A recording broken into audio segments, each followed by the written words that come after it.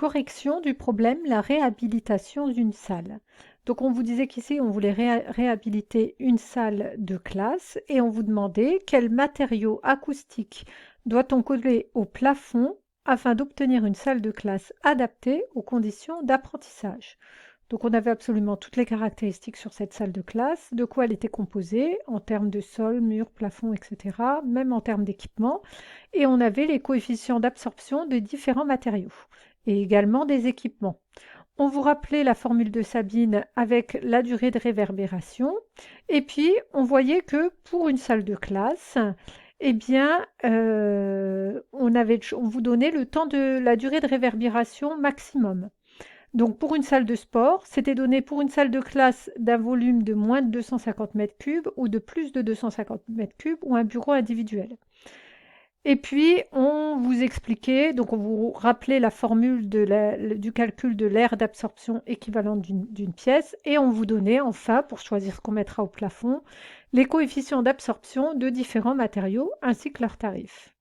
Donc, première chose, nous, on va voir si le temps de réverbération de cette salle de classe est adapté ou pas. Donc, on va voir s'il répond aux contraintes qui sont données là. Donc, on va déjà calculer le volume de cette salle de classe. Donc, première chose, le volume de la salle de classe, au vu des données qu'on avait, on sait que le volume, donc on calcule le volume de la salle, V, c'est tout simplement égal, donc c'était une forme, c'est un parallélépipède, V égale à L fois H fois L.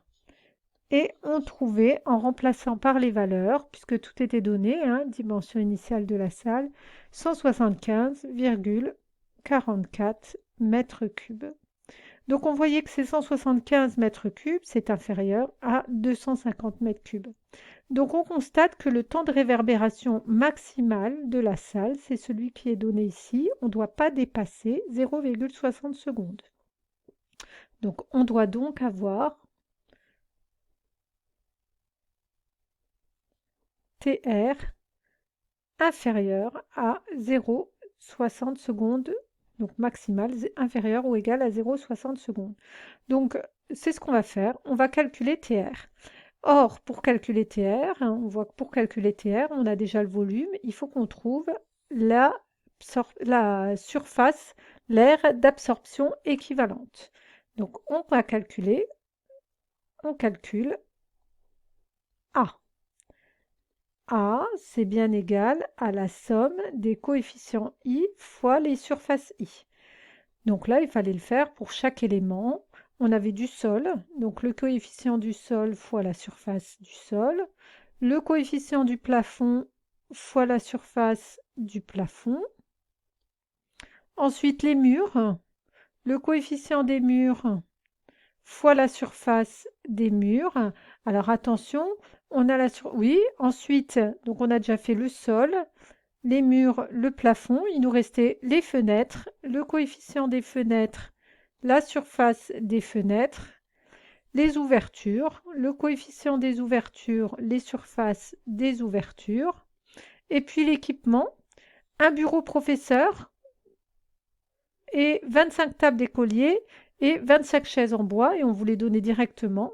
Donc le bureau professeur, directement, on met sa valeur, plus les 25 tables d'écoliers, 25 fois, puisque là c'est directement l'aire d'absorption équivalente qui est donnée, 25 fois 0,025, et 26 chaises en bois, eh bien les chaises en bois, 26 fois 0,020. Quand on remplaçait par les valeurs, on trouvait TR est égal à 3,41 secondes. Et ça, c'est nettement supérieur à 0,60 secondes. Donc, il va falloir qu'on adapte. Donc, il va falloir diminuer TR. Il faut donc diminuer TR. Or, d'après la formule de Sabine, TR, c'est égal à 0,16 fois V sur A. Donc on ne peut pas modifier le volume de la salle. Ce qu'on peut, c'est modifier justement l'aire équivalente. Donc pour diminuer TR,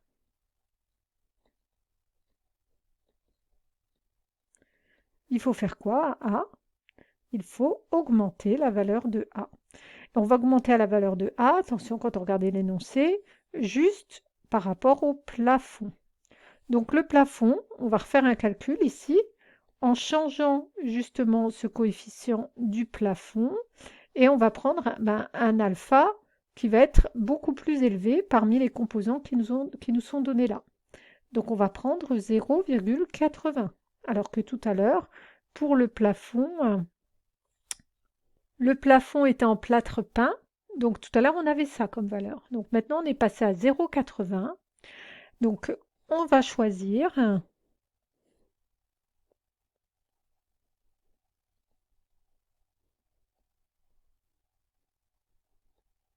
comme matériau pour le plafond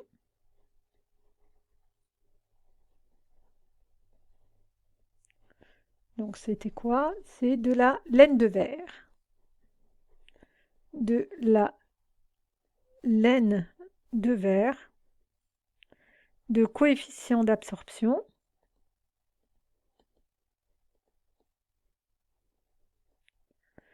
alpha égale à 0,80. Donc on en déduisait ici, on recalculait.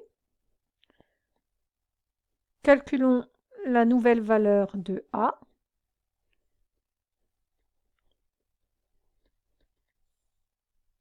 Et on trouvait 53,22 mètres au carré. On en déduit la nouvelle valeur de TR. Et on va voir si on respecte bien la consigne qui soit inférieure à 0,60.